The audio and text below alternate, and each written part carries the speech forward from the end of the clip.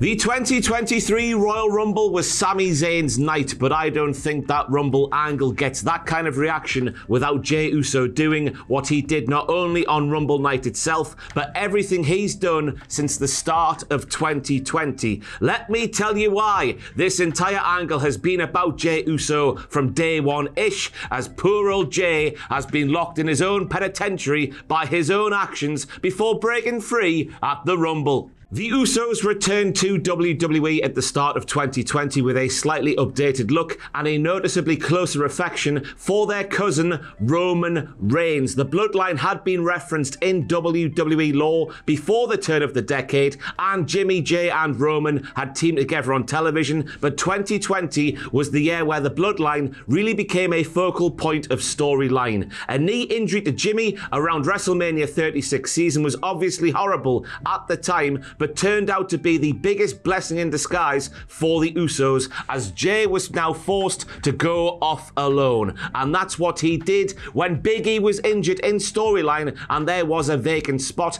in a fatal four-way number one contenders match where the winner would go on to face Roman Reigns for the Universal Championship at Clash of Champions 2020. Surely Jey couldn't come out on top and then have to fight his own flesh and blood, but he did, pinning Matt Riddle and getting the chance to end Roman's reign. Jey wouldn't be successful in doing so, losing the match via TKO in the midst of Reigns gagging for his cousin Jey to formally acknowledge him as tribal chief. The Clash match came down to Jey getting pumped all over the place. Roman was verbally eviscerating Jey for not taking the payday and making him do this to him. Jey refused to give up even though he knew he didn't have enough in him to win the match. Roman performed a secret low blow while kicking out of Jey's comeback, and this gave him the upper hand as he wanted to hear Jey acknowledge him using his own mouth. Jey refused to do this, so Roman just started slaughtering him so badly that Jimmy Uso saw fit to head down to the ring and try to throw in the towel on behalf of his brother, but Jey would not allow that.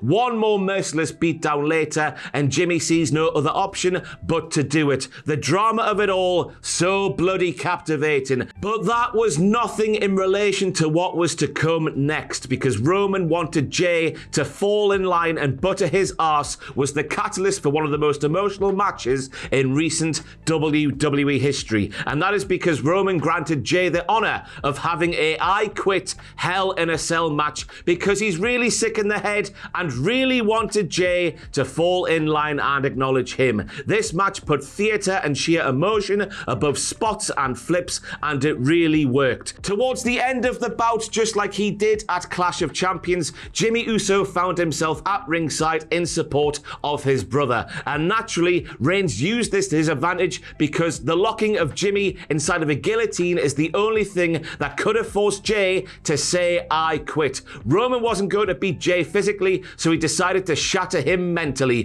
The drama. That manipulative prick used Jey's brother to get the better of Jey. I guess we have to say this was also the making of Reigns as this powerhouse that everyone in WWE, all the way from the top to the very bottom, was scared of crossing. If Roman was willing to do this kind of debauchery to his own flesh and blood, what would he do to everyone else? But this is where we need to mention Jimmy's role in this entire thing. After watching his brother lose the I Quit match in order to save his bacon, after watching everything Reigns did to Jey in order to make him fall in bloodline, a backstage segment on SmackDown in May of 2021 was the first time we truly saw, in my opinion, Jimmy Uso's true colours. In the midst of Reigns lambasting the twins, Jimmy said, "You ain't going to be talking to me anyway like you talk to my brother. I ain't nobody's bitch." Imagine saying that in front of Jey, knowing everything Jey went through. Jimmy came out to support Jey in those big matches towards the end of 2020, and now he's belittling his brother right in front of him. And notice how Jimmy was the one who couldn't have kicked Sami Zayn in the face much quicker after that turn at the Rumble. I'm asking the question, did Jimmy ever give a toss about his brother while living that lovely bloodline life? Now, because of that second of those two big defeats, Jey was now right in line behind Roman, forced to do everything his tribal chief said. Jimmy was in line too, and the gold, it came a-coming. Roman Reigns already had the Universal title over his shoulder, and the Usos would add the SmackDown tag team titles to theirs in July of 2021 at Money in the Bank. This also came after Jey won the Andre the Giant Memorial Battle Royal on the SmackDown before WrestleMania 37. The Bloodline would essentially take the piss out of WWE for the remainder of 2021 and throughout all of 2022. But what about Sami Zayn though? How did he end up where he ended up? At the start of 2021 though, he was morphing into a conspiracy theorist who believed the powers that be in WWE were holding him down. Is he the first conspiracy theorist guy to be actually correct? Quite possibly. Anyway, he went from feuding with KO to losing a match to Jeff Hardy that saw him lose his spot on the SmackDown Survivor Series team to winning a Battle Royal to earn a shot at Roman Reigns. Brock Lesnar attacked Sami Zayn just before that match was due to start, which obviously cost Sami quite dearly. Oh, what could have been. Up yours, Brock Lesnar. Into 2022, and Sami started feuding with Johnny Knoxville, and after losing his Intercontinental title to Ricochet thanks to an interference from Johnny Knoxville, Sami Zayn got he got a legitimate match of the year contender, let's say, out of the Jackass star at WrestleMania 38. Feeling lost after losing to a not wrestler and being hated by everyone else in the locker room because he was an annoying arse, Sami Zayn tried to gain the affections of Roman and the Bloodline. After being spurned a few times, Sami did a fair few favours and earned the title of Honorary Us and the matching t-shirt that came with it.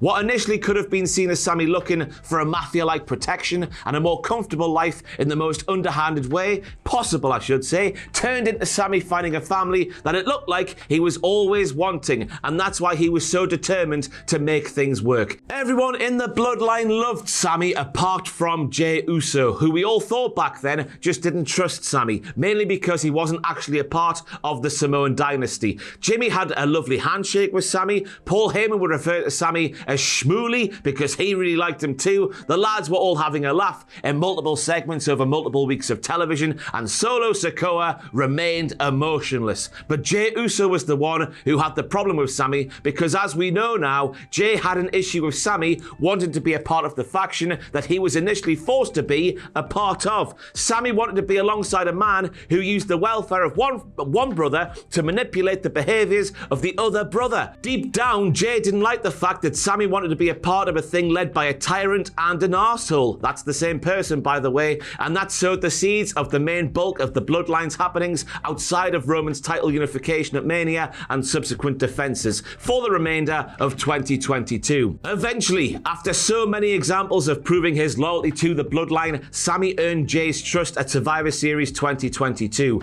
Hell in a Cell 2020 was just enough in the rearview mirror now for Jey to practically forget all that troubled water under that rickety bridge. Jey was Bloodline through and through because he had to be, and now Sami was Bloodline through and through because Jey let him in. But the fact that Jey let him in was the catalyst for what we saw at the very end of the Rumble pay-per-view. Sorry, premium live event. While Jimmy and Jey Uso are related to Roman through blood, Sami and Kevin Owens are related through blood spilled. Their battles all over the world mean they're always going to be intrinsically linked. While the pair of them have tried to end each other, quite literally, deep down there is that respect and love and kinship that can only be formed after going through what they've been through together. And also, I should say, being from the same neck of the woods will also help that as well. So after being asked to basically end his brother in arms, Sami had a choice to make: either go through with it or align himself with Kevin and in turn end his affiliation with the Bloodline. It's the exact same call that Jey Uso had to make at Hell in a Cell 2020. He could have allowed Roman Reigns to seriously injure Jimmy in the pursuit of the Universal title, or he could have said that blood